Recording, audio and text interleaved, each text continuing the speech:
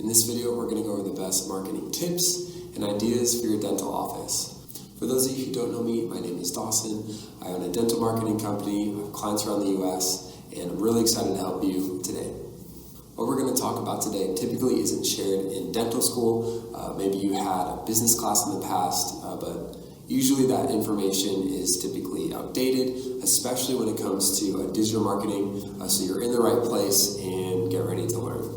Before we jump in, I want to share my why behind the video. A lot of people are probably wondering what someone like me, I'm not a dentist, I'm a 24-year-old here in Colorado, why I'm making videos about this. Contrary to common belief, not a lot of dentists are quote-unquote raking it in month after month. A lot of people kind of have that perception of them, and for them it's this struggle of having their practice, knowing what their numbers are versus what people think they make.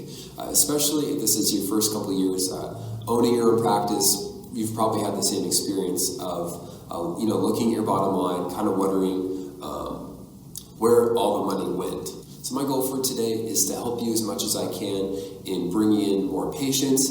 Hopefully some of the things that I share can help you get to the desired state that you want. Maybe you want to work less days a week. Maybe you want to open another practice and be the biggest dentist in the US. That's awesome. Whatever your reasons are, stay tuned, and I'm excited to share this information. So jumping right into it, I talked about tips and ideas for marketing your practice, but instead of just giving you random advice, the best piece of advice I could give you is find out what's broken in your marketing right now.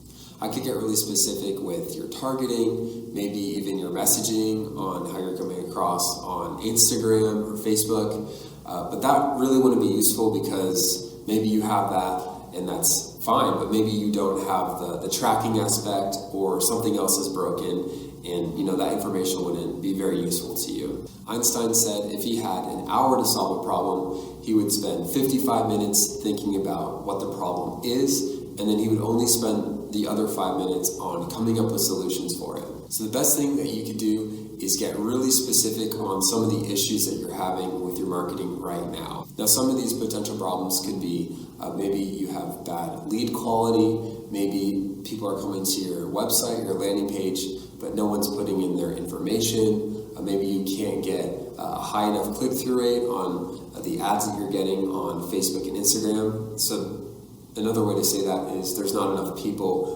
leaving Facebook and Instagram and coming over to your landing page and website. Really be specific about what are the issues that you're running into. Maybe it's even a staff problem. Maybe you're getting enough leads, but the way that they're handled, the way that they're followed up with isn't very effective, and hence you're wasting money. So again, sit down, take some time, think about what the issue really is, be as specific as possible, and then from there you can move on to the solution. I don't want this video to be all theoretical.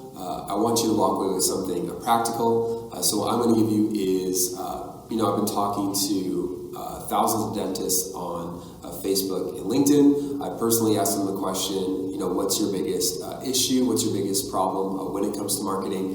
And these are the typical responses that I get.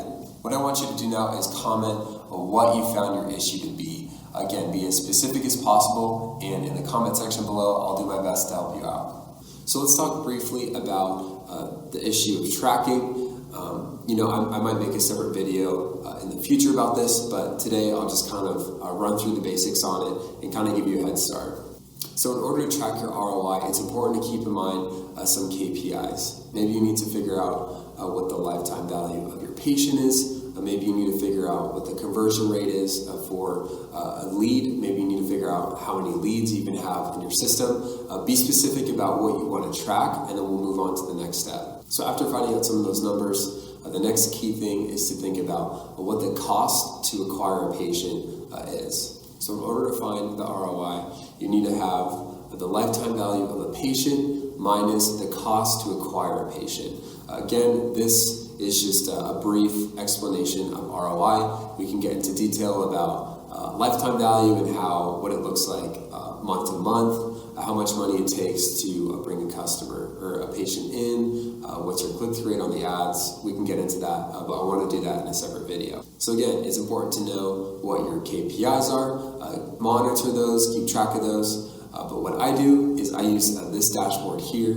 This is kind of an overarching view of what my clients see, and so this helps them figure out, if they are on track, if they aren't getting enough leads to convert. Then this gets really specific on what we need to change, and it's a lot easier to find a solution rather than just kind of turning knobs and pushing buttons and not figuring out what's actually going to move the needle. So today, make sure you really spend time focusing on what the issue is, and then from there, find the solution. If you want to learn more about how to be a force of nature in your region, how to dominate dental marketing in 2021, or whatever year you're watching this, I did make a PDF file that you can get here. Link is in the description, and it should be able to help you out. Like and subscribe for similar content. Leave me suggestions on what you want in the future, and I will talk to you then.